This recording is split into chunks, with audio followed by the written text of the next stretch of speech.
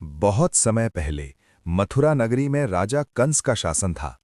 कंस अत्यंत क्रूर और अहंकारी था। एक दिन आकाशवाणी हुई कि देवकी का 8वां पुत्र ही कंस का विनाश करेगा।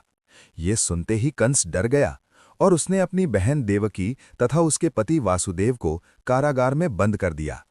कंस ने निश्चय कर लिया कि देवकी के जितने भी बच्चे जन्म लेंगे वो उन्हें मार डालेगा।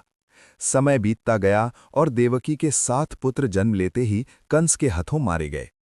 पूरा मथुरा शोक और भय में डूबा हुआ था। फिर वो पावन रात्रि आई, भाद्रपद मास की अष्टमी तिथि, आधी रात का समय, चारों ओर घनघोर अंधकार, बादल गरज रहे थे और वर्षा हो रही थी।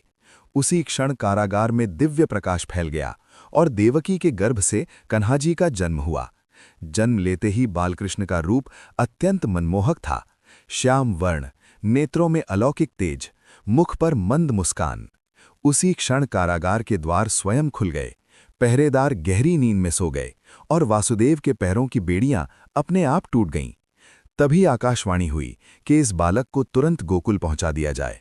वासुदेव जी ने नन्हे कन्हा को एक टोकरी में रखा और घनघोर वर्षा के बीच यमुना नदी की ओर चल पड़े। जैसे ही वे यमुना में उतरे, नदी का जल 2 भागों में बट गया और मार्ग स्वयं बन गया। ऊपर शेषनाग ने अपने फन फैलाकर बालकृष्ण को वर्षा से बचाया। वासुदेव जी गोकुल पहुंचे, जहां नंद बाबा और यशोदा मैया के यहाँ उसी रात एक कन्या का जन्म हुआ था। वासुदेव जी ने कन्हाजी को वहां सुलाया और कन्या को लेकर मथुरा लौट आए।